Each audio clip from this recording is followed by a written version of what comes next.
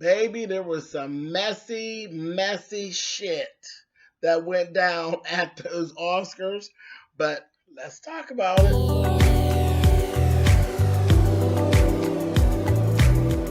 And I'm like, come on through, Cookie. I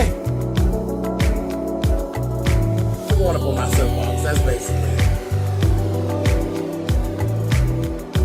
Let's talk about drag and all its forms.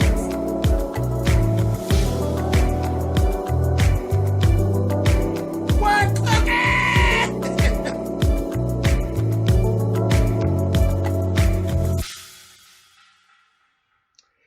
Hey guys, thanks so much for clicking on the video. The Oscars, Academy Awards 2017. Very interesting. Very interesting show. Much more entertaining than it usually is, but quite a bit messier than it's actually ever been. Let's go ahead and talk about it. Let's start off with the opening. The opening was done by Justin Timberlake. And it was so funny because I'm sitting there watching, and for a split second, I completely forgot I was watching the Academy Awards. I'm thinking that I was watching the opening for the AMAs. It was live. Justin Timberlake did the damn thing. It was completely different than what the Oscars usually is. You know, it's usually very classical. It's usually very deep and very meaningful. Child wasn't, and it had no meaning and no feeling at all. No deep feelings. It was just upbeat and lively, and it took all the stiffness away. It was fabulous. He did that little "Can't Stop the Feeling" song or whatever it is. The song is so lively. It reminds me of Michael Jackson. It really does. It reminds me of Michael Jackson and the Jackson 5. That's what it kind of puts me in that mood. And also like a twist of disco on top of it. So literally, he came in literally, like I said, from the back, and there's dancers everywhere, and there was choreography, and it was just great. I mean, all the people were up and they were dancing in their gowns. It was just good. I thought it was just a great look. I loved it. I thought it was really, really cool. And then Jimmy Kimmel comes out, and I thought Jimmy Kimmel did a good job. Jimmy Kimmel is a silly ass. So nothing that he does is ever very serious. So it just kept that whole lighthearted feel all night. He literally started his little monologue messing with Meryl Streep. He just went right in messing with Meryl Streep and telling her that she was useless and that her movies were no good and her acting wasn't no good. You know all that mess that Dawn has said about her on Twitter and carrying on. And it was hilarious. It was hilarious. And we kikied and we laughed. Then he really went over the side when he told her, he says, stand up. Everybody give a round of applause for the untalented and uninteresting Meryl Streep. And of course, everybody gave her like a standing O. And then he turns around and says, you know what, Meryl? That dress, that's a beautiful dress you have on. Is that an Ivanka? Baby, when I tell you I about fell off this couch falling out laughing, Jimmy Kimmel is a fool. Do you hear me? A mess. But I liked him in the position he played all night. I did. I really did. I liked Jimmy Kimmel. I thought the show moved along better than it usually does. It didn't get all boring and long and drawn like it does. Let's talk about the stage setup. Baby, it was one of the most beautiful things you've ever seen. And in the background, there's nothing but, it looked like Oscar statues. But they weren't statues. They were literally chandeliers. They were all crystal chandeliers that looked like an abundance of Oscar statues. It was absolutely drop dead gorgeous. Let's talk about fashion. I'll just say this. I was more excited about the stage setup than the fashions. The fashions did really nothing for me. Nobody did anything that really wowed me. It was just like, okay. And that was it. It was just okay. Now, the things that actually did stand out is there's two things. Taraji P. Henson got it right. She got it right. And again, it wasn't a wow moment, so I don't need to go through and do a whole fashion review. But Taraji is, you know, I love her. Y'all know I'll get to screaming in a minute about some Taraji and her cookie roll. But Taraji usually has like stunning pieces, but they're not always the right pieces. And the hair she generally misses on. Taraji was in midnight blue velvet, which you can never go wrong in. High slit up the side with a train, off the shoulder, fitted to perfection. And then I looked and said, well, goddamn, and the hair was right.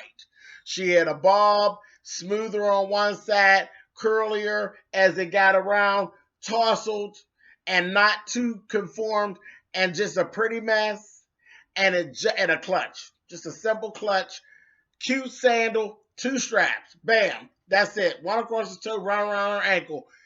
Absolutely stunning. It was perfect. She hit it dead on. And I can't remember the last time that Taraji hit it. And I just looked at her and said, Cookie! Yes, bitch! It was dead on. So I love that.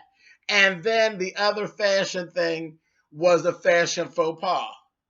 Halle Berry, gown out of sight. The gown was fabulous. But again, we don't expect anything else from Halle. Not at all. It had some really interesting draping done with like a real silky tulle, and it was really see through. You could really see through the gown. Really, it was very Halle, so it wasn't anything shocking. The colors were muted out, so it was like, like just muted colors. It was black and white, but black and white grayish. Nothing. It just worked gown wise. She always does. Halle Berry's head, though. Girl, what is going on, honey?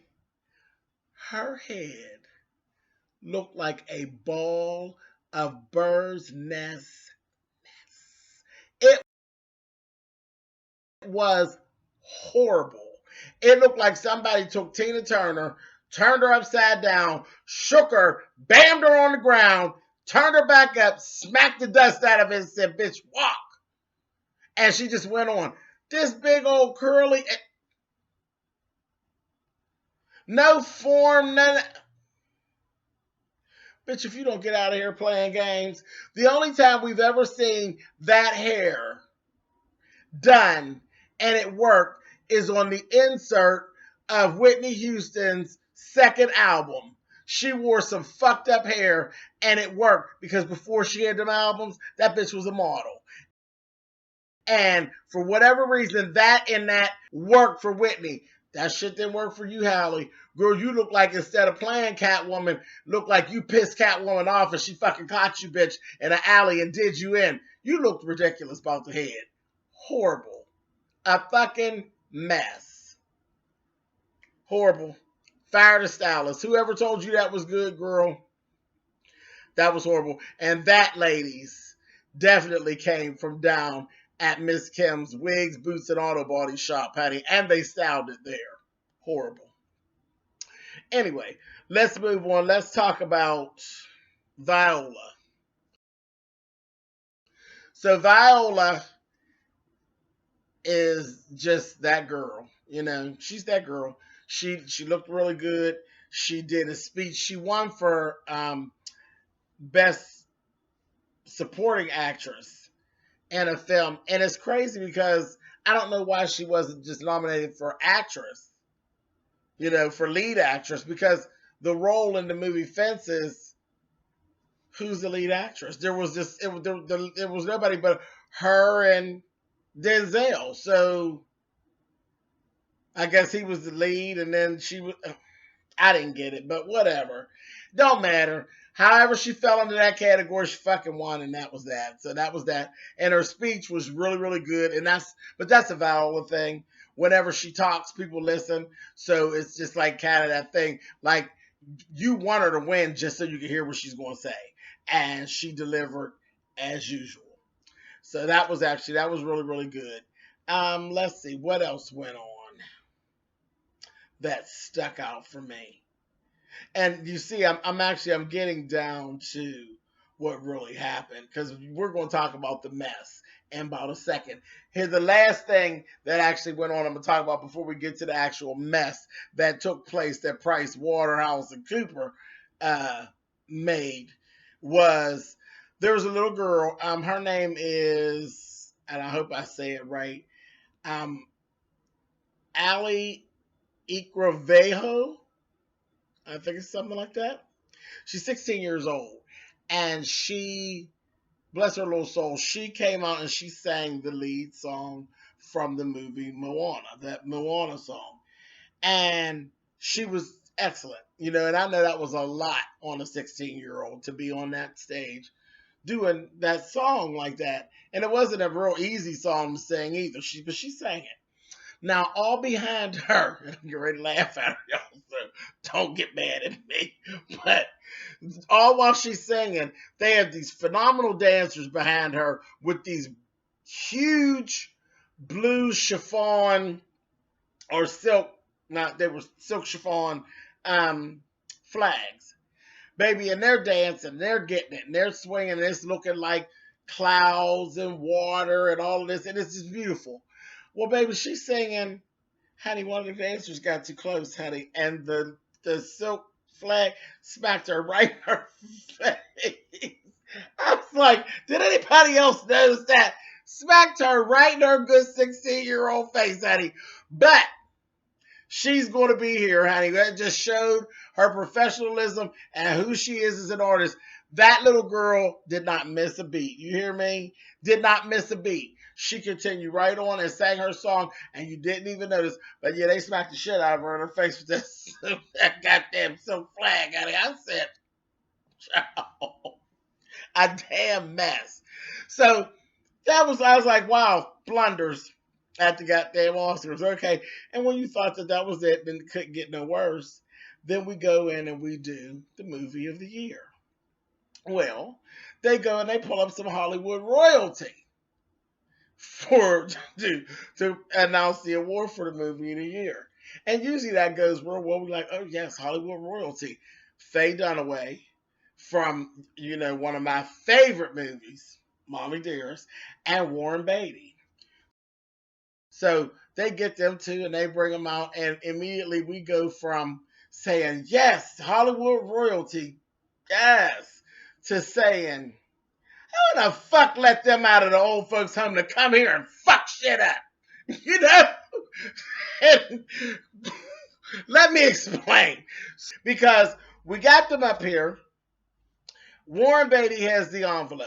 So they're doing movie of the year. Warren Beatty opens the envelope and he's sitting there looking simple, like somebody that stole his chocolate Similac and put regular flavor Similac there. And he's looking kind of strange. Then he hands the envelope over to Faye. She don't do no better. She just look at it and says, yeah, La La Land. We're like, okay. So at that point, all of the people from La La Land come up on the stage, and there was no shock because we all thought La La Land was going to win anyway. It had won 6 awards already. So we were like, yeah, whatever. Never thought in a million years that the shit that was getting ready to happen was going to happen. Here it is. They're up there talking. Jordan Horowitz, who is the producer of La La Land, he's up there and he's just he gave this long old speech and everything. Then somebody else gave a speech, and there was a third guy going to take a speech. By this time, you see Jimmy Kimmel come from the audience. He comes back up on stage and he's shuffling. There's people shuffling from the back, and you're like, what the hell is going on? And then Jordan Horowitz ends up coming up, and well, before that, the last guy was saying, yeah, thank you to my mom and my dad, and by the way, we lost. Like, what? Jordan Horowitz gets back in front of Mike and he says, there has been a terrible mistake. And you're like, okay. And he says, we didn't win this tonight. Moonlight was the winner for movie of the year.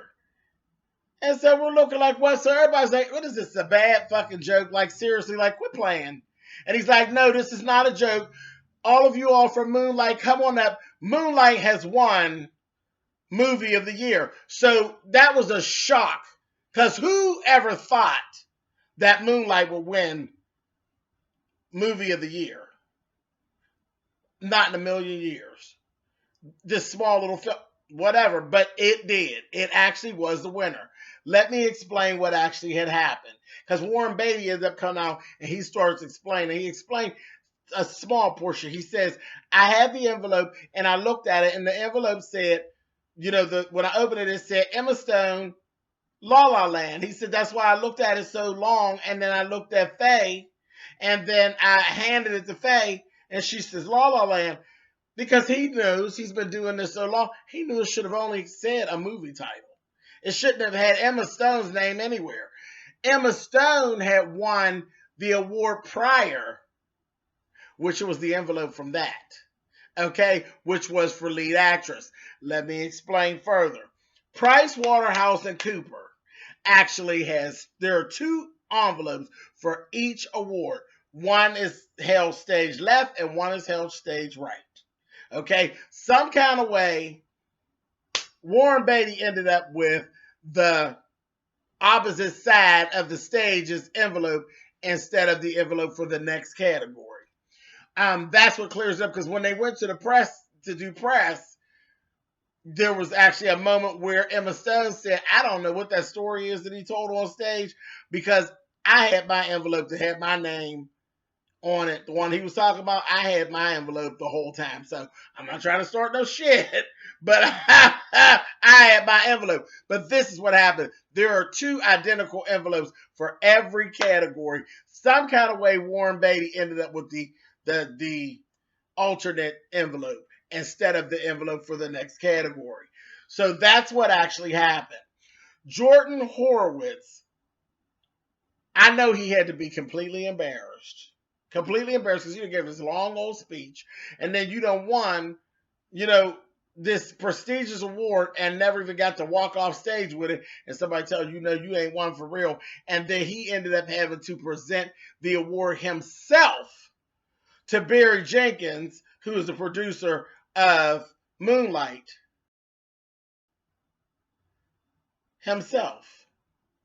It was just horrible. Now, the one thing I'm going to say, as far as Jimmy Kimmel is concerned, I think Jimmy Kimmel did a great job, and he's so silly. Like I said, he never let anything, no matter what went on, Jimmy Kimmel never lost his cool. He stayed on his feet, and he stayed simple as hell, because that's just Jimmy Kimmel. Because he's simple, because he probably really wanted to bust out laughing. Because he literally, when it all happened, and he came back on stage, and they said there was a mistake, and they were explaining, he gonna say, Lord, it's all Steve Harvey's fault. I fell out. Then he said, when Warren Beatty goes to explain, he gonna say, Warren, what did you do? I said, oh, Jimmy, shut up, for they killed you. Shut up. I screamed. But that's what he's supposed to do, because he's a comedian. He kept it light, but it showed a lot of humility on the part of Jordan Horowitz, because he took it like a trooper. Him and all the people on his, his group, they really did. They took it like troopers, and they gave this stuff to Barry Jenkins and his crew. They came up. Now, let me tell you what the really screwed up part is. Barry Jenkins, though he actually did win this very prestigious award for his movie, he was robbed. He was robbed of his moment, and he's never going to get it back. You were robbed of your moment. Nobody's even going to remember, and a little bit, nobody's even going to remember about Moonlight is the movie that actually won, and how big of a deal that it was that Moonlight won that movie of the year trophy. Nobody's going to remember that. All they're ever going to remember is that in 2017, the envelopes got switched, and it was this big blunder on live television. That's what they're going to remember. Nobody's even going to remember who Barry, because I don't even know who the fuck Barry Jenkins is anyway. Because people don't remember producers unless you're like Steven Spielberg or something like that. So nobody's going to even remember. They're just going to remember what happened. So the poor thing was actually, he was robbed of his Oscar moment. Okay, so that's that. The other thing is, The other thing is, and he didn't even really get to do like a whole speech. It was like a little quick something to say, and he was really in shock, the whole time. Just in shock. So I just felt like that was kind of like screwed up. Yeah, that sucked a little bit. But that's okay. You got the award, baby, and nobody can take it away. It is what it is. And, it's a big deal that small film actually did yank that big award. It was cool. That's great. Price, Waterhouse, and Cooper ought to be ashamed of themselves. They've been doing this work way too long. Way too long for anything like this to ever have happened. Somebody needs to be fired. Probably a whole bunch of somebodies. But that's basically what happened. That was just horrible. I mean, they gave full speeches, child, for something that they didn't even win. Didn't even win. But anyway. But that was it. So like I said, the Oscars, it was the most entertaining Oscars that I've ever watched, actually. And yes, there was some mixed up, messy shit that went on down to the Oscars 2017. I enjoyed it though. Lord have mercy. All right, you guys. See you next year.